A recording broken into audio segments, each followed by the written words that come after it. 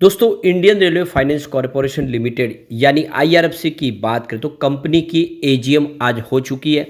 इस एजीएम के दौरान क्या क्या रेजोल्यूशन पास किए गए हैं, डिविडेंड को लेकर क्या अपडेट आ रही है, उसको भी इस वीडियो के माध्यम से हम डिस्कस करने वाले हैं।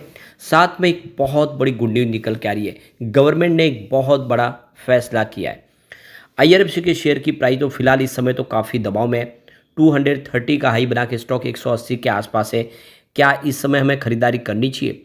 तो आईआरएफसी जो रेलवे की इंफ्रा कंपनियों को फंड प्रोवाइड करने का काम करती है, बहुत ही सेफ और सुरक्षित है इसका निवेश, क्योंकि किसी भी प्रकार के टैक्स के दायरे से इस कंपनी को बाहर रखा गया, इसीलिए इसका जीरो एनपीए। ऐसे में क्या हमें इस स्टॉक में निवेश करना चाहिए, जानने की कोशिश करेंगे इस वीडियो के माध्यम से। लेकिन फ्रेंड, उससे पहले अगर आप पहली बार हमारे चैनल पे आए तो चैनल को सब्सक्राइब कर दीजिए, एक बेल आइकॉन दबा दीजिए ताकि जब भी नया वीडियो बने पहला नोटिफिकेशन आपको मिले। वीडियो पसंद आए तो लाइक से जरूर कीजिए। चलो फ्रेंड्स, वीडियो स्टार्ट करते हैं। मैं हूँ आपका दोस्त एस बी दवे और हमारे अपने चैनल ऑनलाइन कमाई में आपका बहुत बहुत स्वागत है। तो सबसे पहले आईआरएफसी के कारोबार की बात कर ले तो स्टॉक की शुरुआत तो आज पॉजिटिव हुई 181 पर।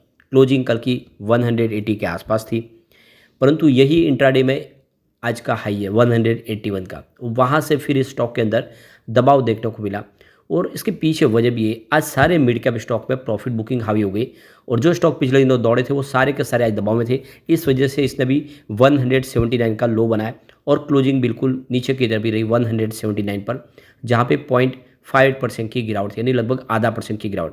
तो बड़ी गिरावट नहीं हुई। इसके पीछे वजह की ऑलरेडी स्टॉक पिछले दिनों से दबाव में, इसमें कोई खास बड़ी तेजी नहीं बन पाई थी और इस वजह से आज भी कोई खास बड़ी गिरावट तो नहीं हुई। तो यहाँ पे जो बड़ी ब्रेकिंग न्यूज निकल के आ रही है, कंपनी की 37वीं एनुअल जनरल मीटिंग आज हो चुकी है। ये देख सकते हो कि 3 बजे शाम को शुरू हुई थी और इसके बाद में आप देखें तो वीडियो कॉन्फ्रेंसिंग के माध्यम से इस एनुअल जनरल मीटिंग का सारा जो प्रस्ताव है वो लिए गए और मीटिंग पूरी कंप्लीट हुई है 4:17 पर, जिसमें आप देखें तो जो शेयर होल्डर की वोटिंग का जो है नतीजे भी यहाँ पे इसमें लिए गए। तो यहाँ पे कंपनी की तरफ से पूरा मैनेजमेंट हाजिर था इस एजीएम के दौरान, जिसमें आप देख दो कि श्रीमती उषा वेणुगोपाल जो चेयरमैन और मैनेजिंग डायरेक्टर है कंपनी की, इसके अलावा शैली वर्मा जो डायरेक्टर है फाइनेंस कंपनी की, श्री अभिषेक कुमार जो गवर्नमेंट की तरफ से नॉमिनी डायरेक्टर है, श्री वल्लभ भाई मानेकलाल पटेल जो नॉन ऑफिशियल इंडिपेंडेंट डायरेक्टर और चेयरमैन ऑडिट कमेटी के हैं और साथ में नॉमिनेशन कमेटी के CSR भी है, और साथ में देख दो कि शीला पंडित जो नॉन ऑफिशियल इंडिपेंडेंट डायरेक्टर है, चेयरमैन ऑफ स्टेक होल्डर है रिलेशनशिप कमिटीज़ के। तो इन सब ने यहाँ पे हिस्सा लिया इस एजीएम के दौरान। इसके अलावा डॉक्टर नवल के श्रीवास्तवा जो देख सकते हो कि यहाँ पे मेंबर है बजट रेलवे बोर्ड के, ऑनरेबल प्रेसिडेंट ऑफ इंडिया की तरफ से इन्होंने इस एजीएम को ज्वाइन किया। इसके अलावा भी बहुत सारे जो सरकार से संबंधित जो अलग अलग डिपार्टमेंट भी है, CFO है और बहुत सारे जो है सब ने यहाँ पे इस एजीएम के दौरान अपना योगदान दिया। तो जैसे कि आपको पता ही होगा कि जितने PSU कंपनियां हैं वो हमारे राष्ट्रपति के तहत ऑपरेट होती है। उनके प्रमोटर कहे या मालिक कहे तो राष्ट्रपति ही होते हैं, और इसीलिए आप देख सकते हो कि राष्ट्रपति जी की तरफ से यहाँ पे उनके रिप्रेजेंटेटिव ने यहाँ पे हिस्सा लिया था, जिनका वेलकम MD की तरफ से किया गया। तो यहाँ पे शेयर होल्डर के लिए जो वोटिंग लाइन थी आप देखो कि 26 अगस्त 2024 को सुबह 9 बजे खुली थी और ये बुधवार 28 अगस्त 2024 कल शाम को 5 बजे क्लोज हो गई थी। और जो शेयर होल्डर के लिए कट ऑफ डेट थी वो 22 अगस्त 2024 थी, यानी अगर 22 अगस्त 2024 के पहले जिसके भी अकाउंट में डीमेट अकाउंट में शेयर होंगे वही एलिजिबल थे, उन्होंने अपने वोटिंग राइट का इस्तेमाल किया है। अब यहाँ पे 4 बड़े प्रस्ताव है जिनको पास किया गया इस एजीएम के दौरान, जिसमें Q1 के रिजल्ट को शेयर होल्डर के सामने और जितने भी मेंबर्स हैं उनके सामने रखा गया।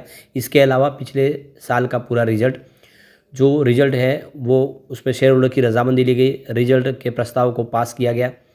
इसके अलावा कंपनी ने डिविडेंड देने का ऐलान किया था। कंपनी अपने प्रॉफिट में आपको शेयर होल्डर को हिस्सेदार बनाना चाहती है, तो इसके लिए भी आप देख दो कि शेयर होल्डर की रजामंदी ली गई है। अब डिविडेंड है जो जितने भी शेयर होल्डर हैं उनके अकाउंट में आ जाएगा।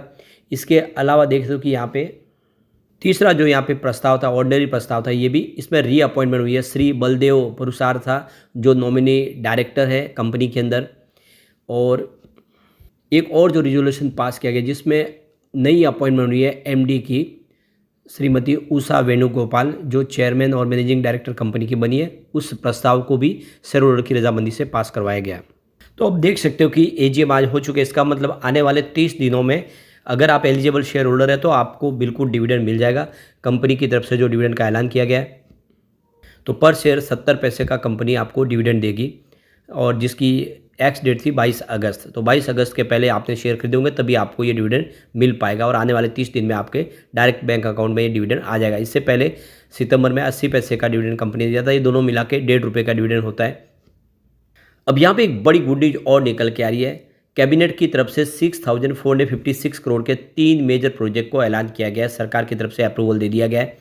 तो कैबिनेट कमेटी की तरफ से, जो इकोनॉमिक अफेयर्स की तरफ से देख सकते हो कि एक बड़ी रकम सैंक्शन की गई है। तो यहाँ पे कनेक्टिविटी और बढ़ाने के लिए, रेलवे के अंदर मॉडर्नाइजेशन टेक्नोलॉजी को इम्प्रूव करने के लिए, ट्रांसपोर्टेशन को सुलभ करने के लिए सरकार ने ये एक नया ऐलान किया है। तो ऐसे ट्रैक जहाँ पे अभी भी बहुत ज़्यादा रश है, वहाँ पे नए ट्रैक बिछाए जाएंगे। इसके अलावा अभी तक ऐसे जो गांव अभी तक नई ट्रैक से जुड़े, उनको ट्रैक से जोड़ा भी जाएगा। तो ये जो प्रोजेक्ट है ये पीएम गति शक्ति नेशनल मास्टर प्लान के तहत पूरे होंगे, जिसमें मल्टी मॉडल कनेक्टिविटी होंगी। 7 डिस्ट्रिक्ट से ये जुड़ेंगे, जिसमें आप देखें तो 4 स्टेट के लिए, जिसमें उड़ीसा, झारखंड, वेस्ट बंगाल और छत्तीसगढ़ को जोड़ा गया है। और आप देखें कि करीब 300 किलोमीटर का नया नेटवर्क बिछाया जाएगा। इसमें 14 नए रेलवे स्टेशन डेवलप किए जाएंगे।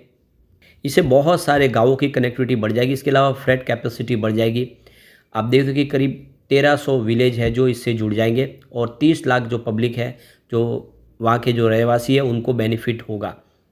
इसके अलावा 45 मिलियन टन्स पर एनुअल के हिसाब से जो फ्रेट ट्रैफिक है उसको कंट्रोल किया जा सकता है। तो देख सकते हो कि बहुत बड़ा फैसला किया गया है इंडियन रेलवे की तरफ से, सरकार की तरफ से। तो इससे आप कह सकते हैं कि आने वाले समय आईआरएफसी के लिए बहुत सारा बेनिफिट होगा।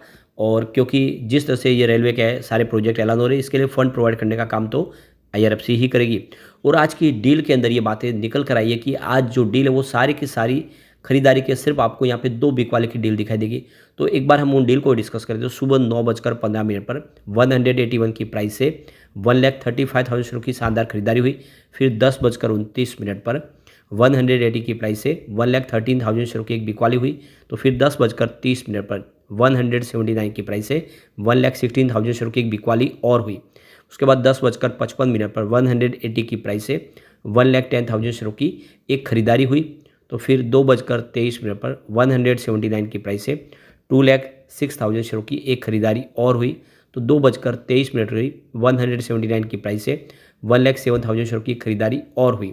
और फिर 2:54 पर 180 की प्राइस से 1,12,000 शेयरों की एक शानदार खरीदारी और हुई। तो ये क्लियरली आप देख सकते हो कि आज जम के खरीदारी हुई है और इस गिरावट का फायदा उठाया गया है। ये इशारा है कि बहुत जल्दी यहाँ पे एक शानदार तेजी शुरू हो सकती है।